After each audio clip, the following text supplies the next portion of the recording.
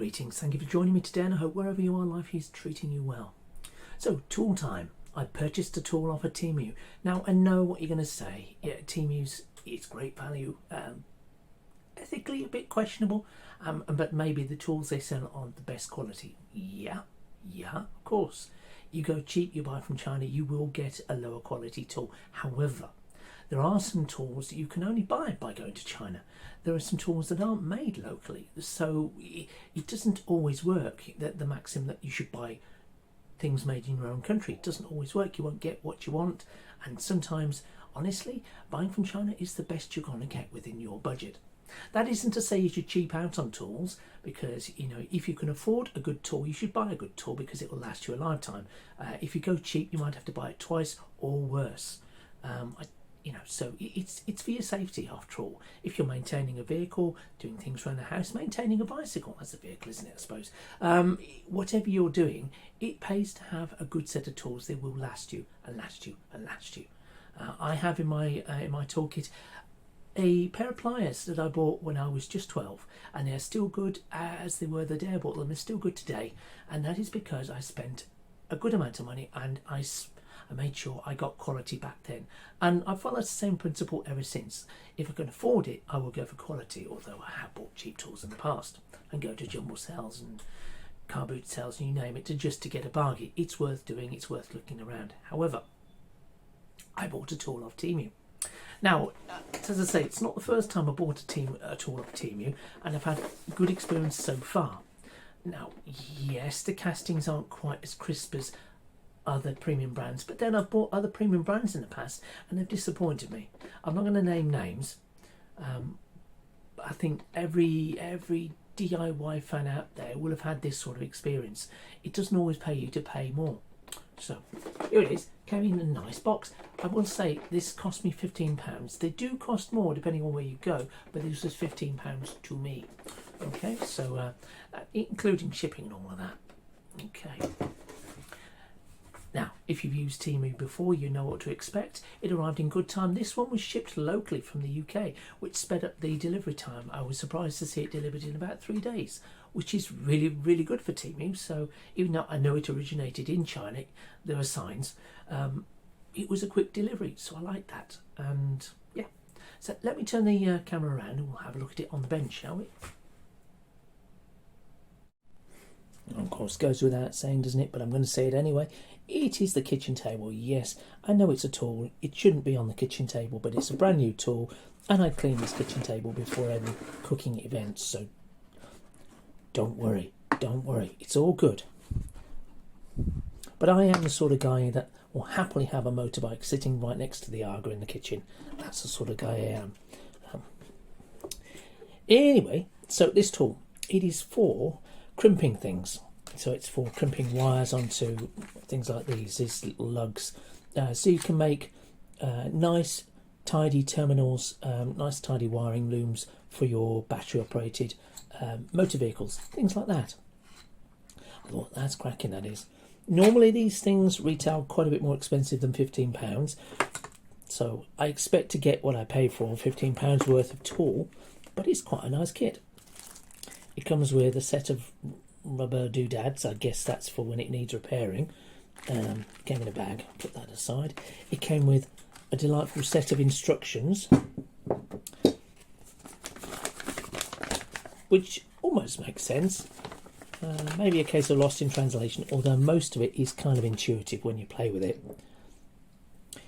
So it's basically jaws that operate when you pump the hydraulic pump. You've got a wee dial here which you can lock down the pump, and you can pump. There we go. And it slowly brings the jaws together. This one's static, of course, and this one is not. And you have a bunch of press forms within the case which are magnetically attracted to the device. And that. This one goes in there. I'll probably have to release it. Yes, we go. There we go.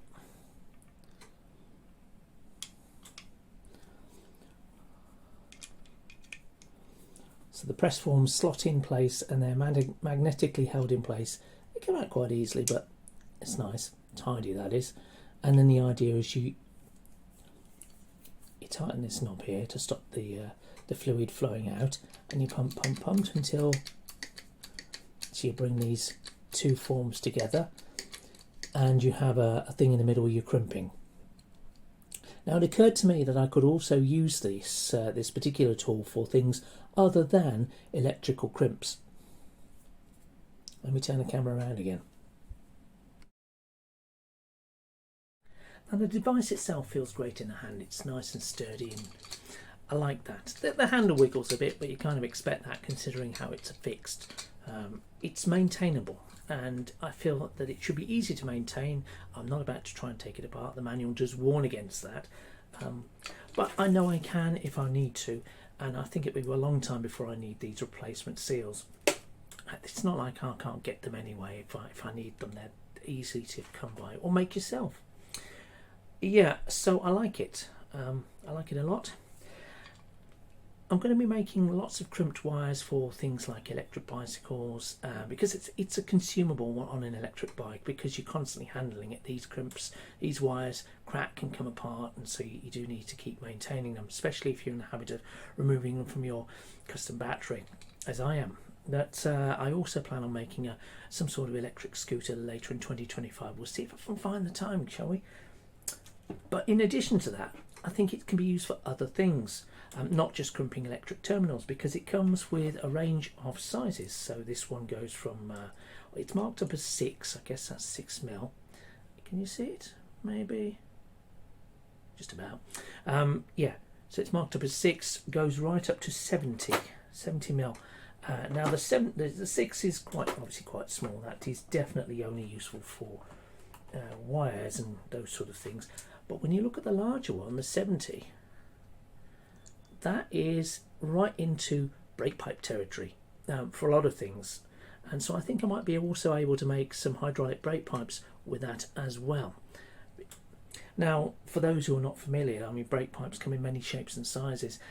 Some are just push fit the pipe onto the metal gubbins at the end, and that's not secure, and some have an olive to clamp things down, and some have PTFE, and sometimes they have an inner and an outer braid. And now I've had problems with certain sorts of high-end custom brake pipes. Now I could have them made by a professional, yes, but I don't like doing that because well, it's not that I'm cheap. I just like to have hands on these things and make sure that I know it's been done properly. It's not that I don't trust a professional, but sometimes the professionals you find in the shops aren't quite as professional as they might be. So you might as well do it yourself and save yourself a bob or two if you can. That way, if you need to replace them, if you're on the roadside and you need to replace them, if you keep the tools in your vehicle, you might be able to fix the rudimentary things, you see, like a broken brake pipe. That can really floor you. But if you've got the parts, you can just loose one together, so much better, or better still, prepare one in advance. So that's what I think I might do with this. Now, put this to the internet world. I mean, I know this is not what this tool is designed for. I know that. So there's a question on the safety issue. However, has anyone else had any experience of trying to use this sort of tool for this sort of thing to crimp down the crimps on a brake pipe? Because in the case of those particular designs, the one where you just push the tube onto the end connector, and then the crimp comes over to lock things down so that tube can't be pulled off the end connector, I think that will probably be okay. But will it pass MOT? Again, tricky one. Ministry of Transport test for those who are outside the UK. But yeah, big questions, many questions. I have looked for the various raw components to make these things, and I've seen a number of things around various websites selling the individual items, but they are quite pricey. So if you think it's something that's possible, if you know of a good place to find these parts, preferably without buying them from America with that import cost, do let me know. I'd love to hear from you in the comments. Yes, but I guess I'm off to buy some crimps now and get some wires made up. I have projects for the new year, and I need to be electrically I need to be travelling by bicycle, let's put it like that. The price of travelling by the tram and the bus is going up and up and up because they can. Yeah. It's like we've still got a Tory government in play. Yeah. Anyway, enough of me moaning. Whatever you do, have a great day. See you soon, and bye for now.